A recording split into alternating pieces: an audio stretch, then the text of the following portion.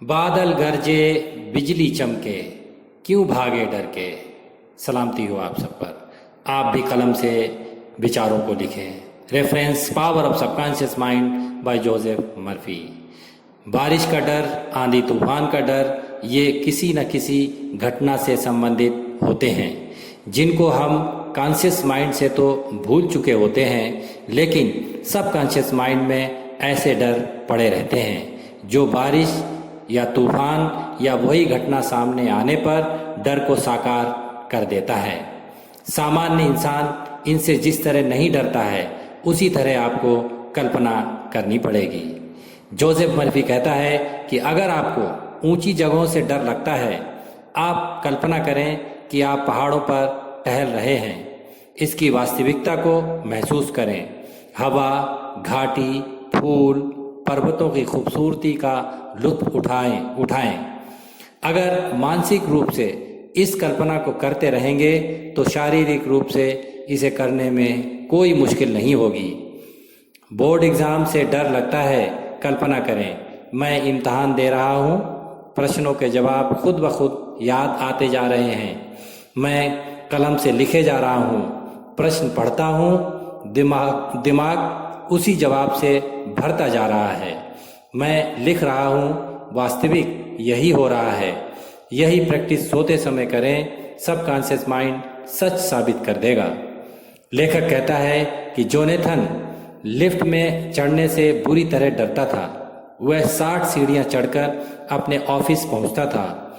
Office के काम से जब वह दूसरों से मिलता था तो लिफ्ट से बचने का बहाना ढूंढता था।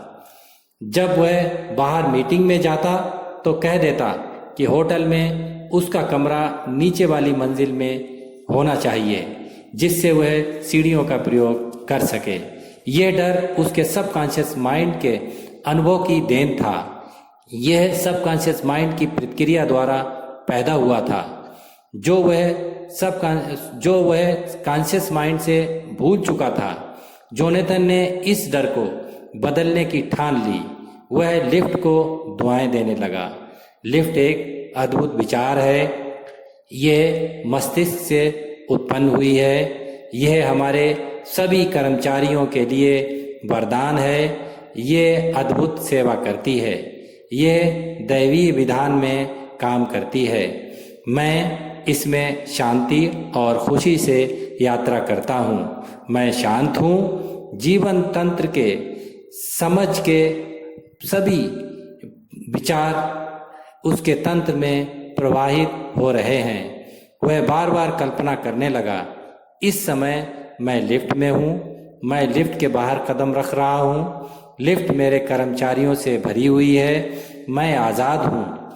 आज़ादी यकीन का हैरत अंगेज अनुभव है। शुक्रिया कहता हूँ। 10 दिन तक उसने यही कल्पना की। 11वें दिन वह कर्मचारियों के साथ लिफ्ट में चढ़ा। खुद को पूरी तरह आज़ाद महसूस किया। डर पर काबू आपके सिवा कोई नहीं कर सकता है। आपको डर निकालने के लिए पूरी तरह से तैयार रहना है। पहला डर ऐसा है जिसका कारण मालूम है। दूसरा डर जिसका कारण नहीं मालूम, जो दिमाग के विचार का हिस्सा बन चुका है। कल्पना के जरिए डर को आसानी से निकाला जा सकता है। आपकी 1 कोशिश, 2 हिम्मत, 3 कल्पना की प्रतिक्रिया सबकॉन्शियस माइंड में होते ही डर निकल जाता है। आप शांत, खुश और निडर हो जाते हैं। बचपन में जब भीगे थे, बादल कड़क रहे थे। बचपन में जब भीगे थे, बादल कड़क रहे थे। बिजली चमक रही थी, तड़तड़ ओले बरस रहे थे। वही डर अंदर छुपकर पल पल हमें डराता है।